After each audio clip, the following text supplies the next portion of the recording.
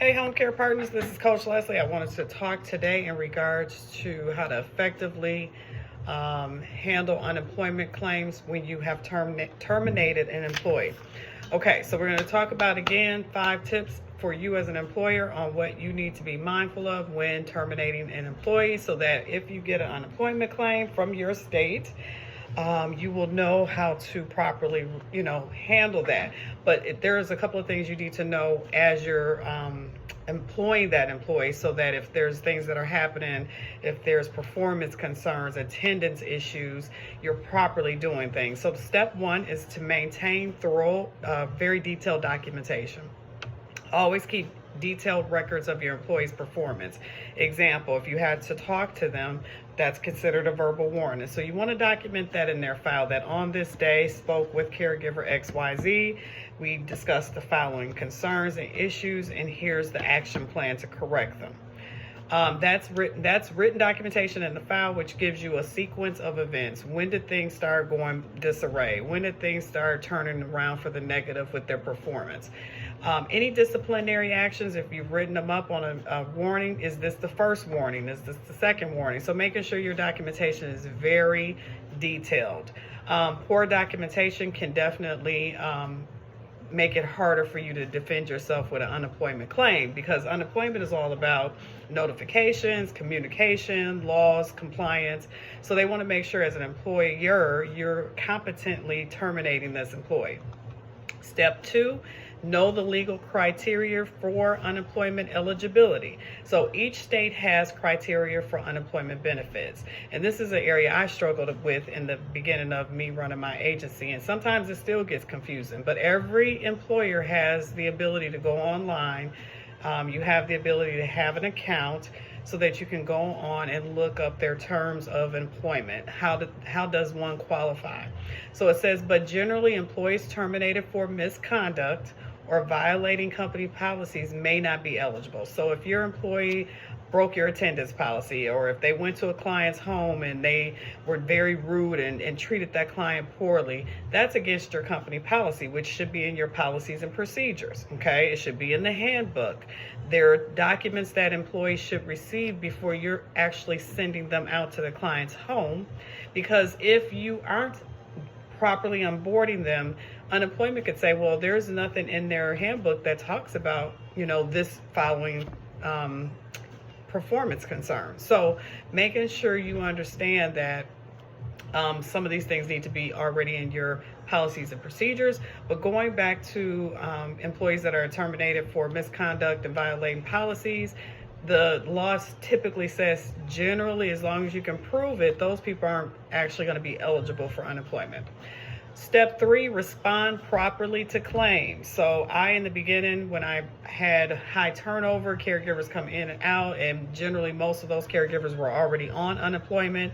And here in the state of Wisconsin, they go back 18 months. So if that person's already on unemployment, if they started working, they had to list us. So we automatically got claims that we had to respond to.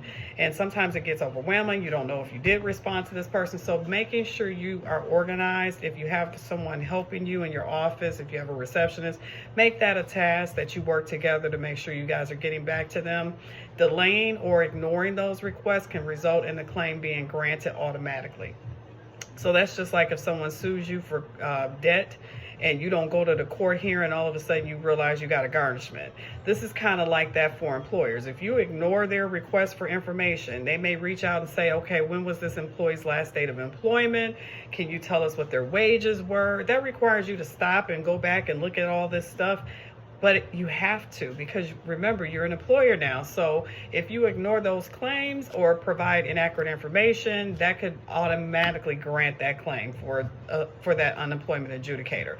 They're not as patient. They have deadlines. They want to get back to that claimant. So if you are ignoring their claims request for information, then more likely they're going to grant that claim for that employee. Step 4. Communicate clearly and respectfully during a termination. So ensuring the termination conversation is professional. A lot of times that employee that you're firing may get a little insubordinate. They're upset. It's a lot of emotions flying. Maybe they feel that you're accusing them of something, or let's face it, we all hear different things, okay? But as an employer, our job is to, in the beginning of their employment, set the foundation. Here's what you could be terminated for. It's in the handbook. Let's talk about those things. Let's talk about how we feel about attendance and tardiness. Let's talk about how we feel about communicating with the office, returning our phone calls, turning timesheets in on time, following the care plan, not taking advantage of the client. There's a whole lot of things that can cause you to have to terminate that caregiver, that nurse, that receptionist. So being clear in your process of terminating and onboarding is important, so that when you have to, let's say, unfortunately, terminate that employee, you can reference back to your discussion during your orientation with them. Make sure it's respectful. Misunderstandings or unclear communication can about the reason for termination can lead to disputes. So if that employee says, well, that's not what she told me that blah, blah, blah, blah. The adjudicator is going to say, well, I'm not here to decide that. We're going to have to go ahead and have a hearing. So just making sure you're very matter of fact about your communication, putting it all in writing. Recently, I had some coaching sessions with some of my home care partners, and some of them are very motivated, and I'm proud of them, but you got to cover your butt. So you can't send your caregivers out without having a structured onboarding process. And in my opinion, all caregivers should be employees, because you're telling them what to do, you're telling them where to go, you're telling them what they can and can't wear, hopefully. You're talking to them in regards to following the care plan. That's an employee, okay? So that means if they get fired, they can file an unemployment claim. So I want to make sure you take this serious, because the goal here, guys, is to have revenue, and you don't want your revenue going out the door unnecessarily. Now, you're not going to always have good relationships with your employees. There are going to come times where you have to terminate people, unfortunately, and you want to make sure you button up and make sure all your policies are clear and precise, and you're making sure, if it's you, the person that's going to be doing the firing, that you're going to be professional, your message is clear, and it's respectful.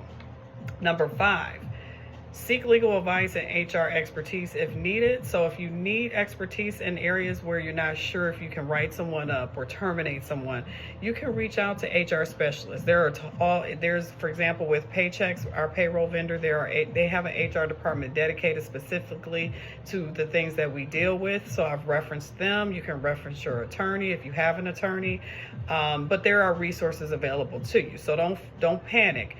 But for the most part, when you're creating your handbook, that's going to help guide you to guide your staff on the do's and don'ts of working for your agency. So I hope these unemployment tips help. Make sure you follow me. Make sure you follow my page on TikTok. And I plan on making sure my home care community gets more tips that are going to help you stay profitable and stay out of that red zone in compliance. Thank you.